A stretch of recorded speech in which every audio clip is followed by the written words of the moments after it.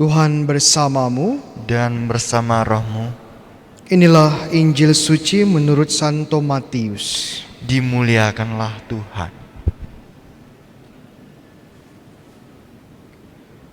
Pada suatu hari ada seorang datang kepada Yesus dan berkata, "Guru, perbuatan baik apakah yang harus kulakukan untuk memperoleh hidup kekal?" Yesus menjawab, "Apakah sebabnya engkau bertanya kepadaku tentang apa yang baik? Hanya satu yang baik. Jika engkau ingin masuk ke dalam hidup, turutilah segala perintah Allah." Kata orang itu kepada Yesus, "Perintah yang mana?" Kata Yesus, "Jangan membunuh, jangan berzina, jangan mencuri, jangan mengucapkan saksi dusta, hormatilah ayah dan ibumu, dan kasihlah sesamamu manusia seperti dirimu sendiri." Kata orang muda itu, "Semuanya itu telah kuturuti, apalagi yang masih kurang?"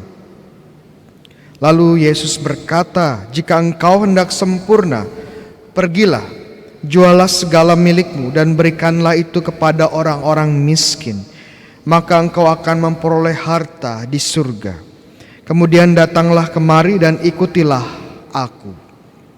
Ketika mendengar perkataan itu, pergilah orang muda itu dengan sedih, sebab hartanya banyak. Demikianlah sabda Tuhan. Terpujilah Kristus. Saudara-saudari yang terkasih dalam Kristus, hari ini kita mendengar Injil di mana ada seorang anak muda yang kaya bertanya kepada Yesus bagaimana memperoleh hidup yang kekal, bagaimana menjadi yang baik. Maka jawaban Yesus pertama adalah, kalau ingin jadi baik, ya hindarilah perbuatan-perbuatan jahat. Mudahnya ya hindarilah perbuatan-perbuatan yang melanggar 10 perintah Allah. Ya. Tadi Tuhan Yesus membuat list, ya, 10 perintah Allah. Jangan mencuri, jangan membunuh, jangan berzina, menghormati orang tua, ya, mengasihi sesama. Ya. Nah, ini basic. Kalau ingin jadi baik, ya jangan berbuat buruk. Kemudian sang pemuda ini bertanya lagi, "Tuhan, saya sudah melakukan hal-hal ini, ya nggak ada masalah." Kemudian Yesus melihat dia dan berkata, "Kalau kamu ingin sempurna, jadi tidak hanya baik, tapi mendapatkan kesempurnaan." Yesus berkata, "Jualah semua kepemilikanmu dan ikutilah aku." Dan karena orang muda ini sepertinya sangat terikat dengan kekayaannya, dengan benda-benda yang dia miliki, dia tidak ikut Yesus dan mundur. Jadi menjadi baik itu satu hal, tapi panggilan kita adalah menjadi sempurna. Dan sempurnaan itu ya mengikuti Yesus, ya, mengikuti Yesus. Mungkin banyak dari kita seperti anak muda yang satu ini, ya. Kita tidak mencuri, kita tidak membunuh, ya, kita tidak gosip, kita menghormati orang tua, ya, nggak ada masalah. Ya. Kita orang baik.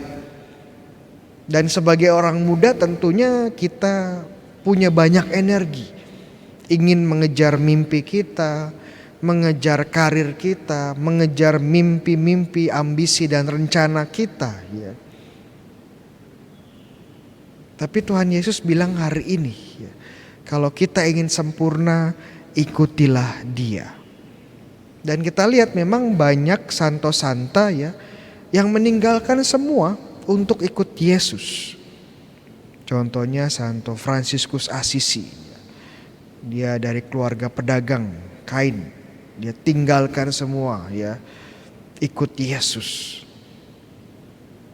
Santo Ignatius Loyola, ya, seorang keluarga bangsawan, seorang tentara, ya, punya karir bagus, ditinggalkan semua, ikut Yesus. Dan kemudian mungkin kita bertanya, Romo, apakah kesempurnaan itu berarti kita semua harus menjadi romo, imam, menjadi suster, menjadi bruder ya? Apakah itu artinya kesempurnaan? Apakah hidup saya sebagai orang awam tidak sempurna, Romo? Ya, jawabannya enggak juga. Ya, kalau semuanya jadi romo ya dalam 40 tahun ke depan ya gereja akan musnah ya. Gak ada anak yang lahir lagi ya. Tidak ada pertumbuhan dalam gereja. Maka panggilan sebagai awam pun penting. Ya, sebagai awam pun penting sekali. Lalu bagaimana kita bisa menjadi sempurna dalam konteks sehari-hari? Apakah kita harus berhenti mengejar ambisi kita? Apakah kita berhenti bekerja? Tidak lagi mengejar karir kita, tidak lagi bekerja mengadakan bisnis segala macam, Romo? Jawabannya juga tidak ya. Intinya adalah bahwa kita perlu melihat bahwa pekerjaan kita, karya kita di dunia ya, usaha kita mengejar prestasi ini juga dari Tuhan dan kembali kepada Tuhan. Kadang-kadang kita di dalam dunia ini, dalam kehidupan sehari-hari terkotak-kotak ya. Hari Minggu untuk Tuhan, Senin sampai Jumat saya urusan sendiri, tidak ada Tuhan. Atau pagi bangun tidur buat Tuhan, sebelum tidur doa sebentar buat Tuhan. Tapi sepanjang hari ini urusan saya, bukan urusan Tuhan. Jadi kadang-kadang kita hidup terkotak-kotak. Dan mungkin ini yang perlu diperbaiki.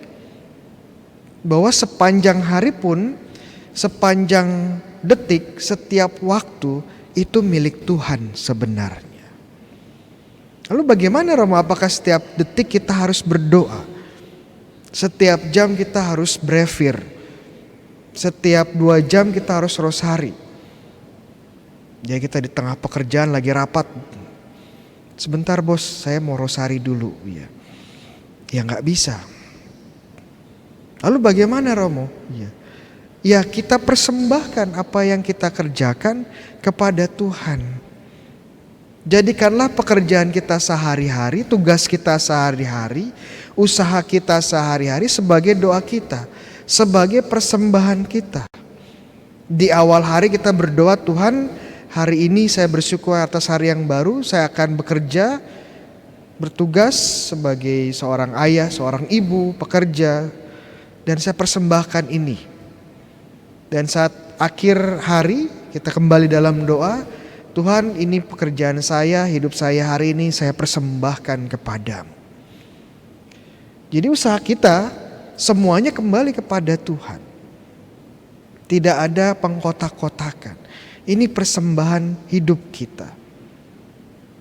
Makanya Santo Paulus ya di dalam suratnya kepada jemaat di Roma bab 12 ayat 1 dan seterusnya mengatakan, ya, saudara-saudari demi kasih Tuhan, persembahkanlah hidupmu, persembahkanlah badanmu sebagai kurban yang hidup, sebagai ibadatmu kepada Tuhan, sebagai penyembahanmu kepada Tuhan. Jadi ibadat kita adalah hidup kita, pekerjaan sehari-hari kita yang kita persembahkan kepada Tuhan. Tunggu sebentar, Romo, bukankah ibadat yang paling tinggi, penyembahan yang paling tinggi itu Ekaristi? Kok bisa jadi hidup kita? Ya karena hidup kita dan Ekaristi tidak terpisah juga. Kenapa? Karena saat kita masuk ke Ekaristi, mengikuti Ekaristi, kita membawa persembahan kita. Persembahan apa, Romo? Kolekte kah, Romo? Ya. Buah-buahan, telur ya dipersembahkan. Bukan hanya itu. Perhatikan kata-kata yang digunakan Romo saat persiapan persembahan. Ya, berdoalah saudara-saudara supaya persembahanku dan persembahanmu diterima oleh Allah yang Maha Kuasa. Kenapa berbeda?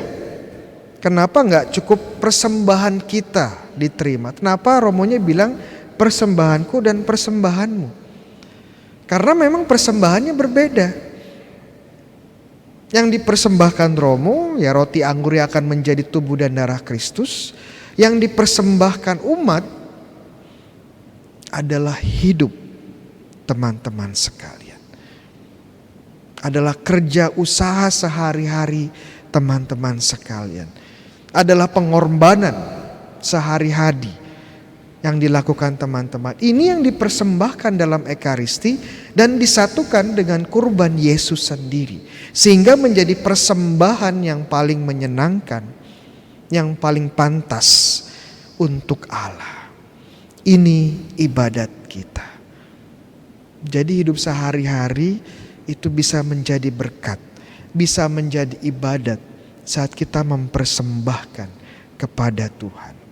Menjadi sempurna di dalam Tuhan. Marilah kita persembahkan hidup kita hari ini kepada Tuhan.